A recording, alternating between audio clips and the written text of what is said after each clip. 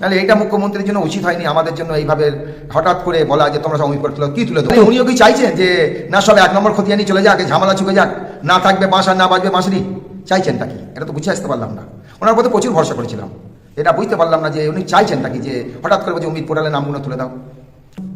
আমার তো মনে হয় চৌধুরী সাহেবের এই বিষয়ে এক্ষুনি উক্তি দিয়ে মানে পদত্যাগ করে বেরিয়ে আসা উচিত, এবং তার সোনার সংসার, আমি বারবার ওকালতি করেছি জমিয়তের ব্যাপার নিয়ে, তার সোনার সংসারে তার ফিরে আসা উচিত, এবং জোরদার আন্দোলন, ওয়াকফ আমাদের সম্পত্তি, ওয়াকিফ আমাদের বাপদাদা 14 পুরুষ, এটা কোনো ভারতবর্ষের কোনো জাতি নয়। আমি ব্যক্তিগত বিষয়ে আমিও মনে করি যে হযরতের এই মুহূর্তে বেরিয়ে আসা উচিত। আমরা সবাই এটা মনে করি যে এখনই আমাদের চৌধুরী সাহেব তিনি নিজের পুরানো জায়গায় ফিরে আসুন, এই সরকারের সঙ্গে কোনো রকমের সহযোগিতা না করে। যদি করেন কোরআনের হুকুম অমান্য করা হবে। কোরআনে বলা হয়েছে সৎ কাজে আদেশ এবং সাহায্য সহযোগিতা করো, অসৎ কাজে সাহায্য করো না। তো এর প্রতি আমল করতে হলে চৌধুরী সাহেবকে এখনই বের হয়ে আসা আমরা উচিত বলে মনে করি। বলতেন যে জুলুম শাসক যারা আছে তাদের প্রতি আমাদেরকে লড়াই করতে হবে। এই সময় আমরা প্রকাশ্য বুঝতে পারছি যে উনি জুলুমের পথে হাঁটছেন, আবার ওই যে থাকবো কেন, সতের পথে আসবো আমরা ইনশাল্লাহ। দেখুন, ব্যাপারটা হচ্ছে এই যে আমরা মুখ্যমন্ত্রীর প্রতি প্রচুর ভরসা করেছিলাম, এবং আজকে দীর্ঘদিন ধরে ভরসা করে ভোটটা তাকিয়ে দিয়ে এসেছি, কিন্তু উনি আমাদের সঙ্গে বেইমানি করলেন। 5 দিনের মধ্যে ওয়াকফ বোর্ডের যে অবস্থা, ওয়াকফ বোর্ডে গেলে পরে ওখানে দেয়ালগুলো পর্যন্ত পৌঁছে যায়।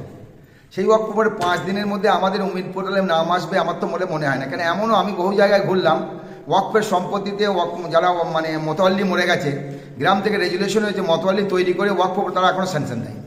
তা সেইগুলো কী করে জমা হবে? তাহলে কি সেন্ট্রাল গভর্নমেন্ট কি সমর্থন করার জন্য আজকে পিছিয়ে নিয়ে এই 5 দিনের মাথায় সব জমা করে দেন? এ তো ছেলের হাতের মুয়া নয় যে চট করে জমা করে দেবে।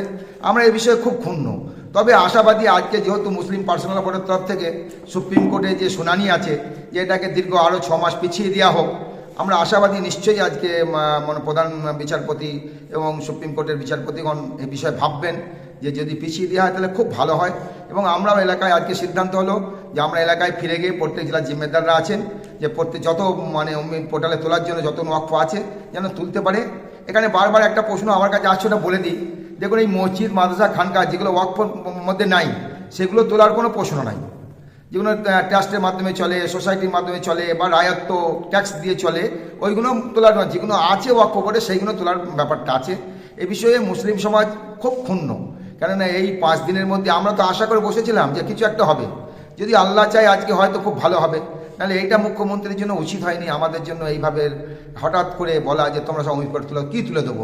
আর এই কয়েকটা দিন বাকি আছে, আপনার হাতে গোনা 3 থেকে 4 দিন, এই 4 দিনের মধ্যে কি তাহলে উনিও কি চাইছেন যে না সব 1 নম্বর খতিয়ানি চলে যাক, ঝামেলা চুকে যাক, না থাকবে বাঁশ আর না বাজবে বাঁশরি? চাইছেনটা কি? এটা তো বুঝে আসতে পারলাম না। ওনার প্রতি প্রচুর ভরসা করেছিলাম, এটা বুঝতে পারলাম না যে উনি চাইছেনটা কি, যে হঠাৎ করে বলছে অমিত পোর্টালের নামগুলো তুলে দাও। আমার তো মনে হয় চৌধুরী সাহেবের এই বিষয়ে এক্ষুনি উক্তি দিয়ে মানে পদত্যাগ করে বেরিয়ে আসা উচিত, এবং তার সোনার সংসার, আমি বারবার ওকালতি করেছি জমিয়তের ব্যাপার নিয়ে, তার সোনার সংসারে তার ফিরে আসা উচিত, এবং জোরদার আন্দোলন, ওয়াকফ আমাদের সম্পত্তি, ওয়াকিফ আমাদের বাপদাদা 14 পুরুষ, এটা কোনো ভারতবর্ষের কোনো জাতি নয়। আমি ব্যক্তিগত বিষয়ে আমিও মনে করি যে হযরতের এই মুহূর্তে বেরিয়ে আসা উচিত। আমরা সবাই এটা মনে করি যে এখনই আমাদের চৌধুরী সাহেব তিনি নিজের পুরানো জায়গায় ফিরে আসুন, এই সরকারের সঙ্গে কোনো রকমের সহযোগিতা না করে। যদি করেন কোরআনের হুকুম অমান্য করা হবে। কোরআনে বলা হয়েছে সৎ কাজে আদেশ এবং সাহায্য সহযোগিতা করো, অসৎ কাজে সাহায্য করো না। তো এর প্রতি আমল করতে হলে চৌধুরী সাহেবকে এখনই বের হয়ে আসা আমরা উচিত বলে মনে করি।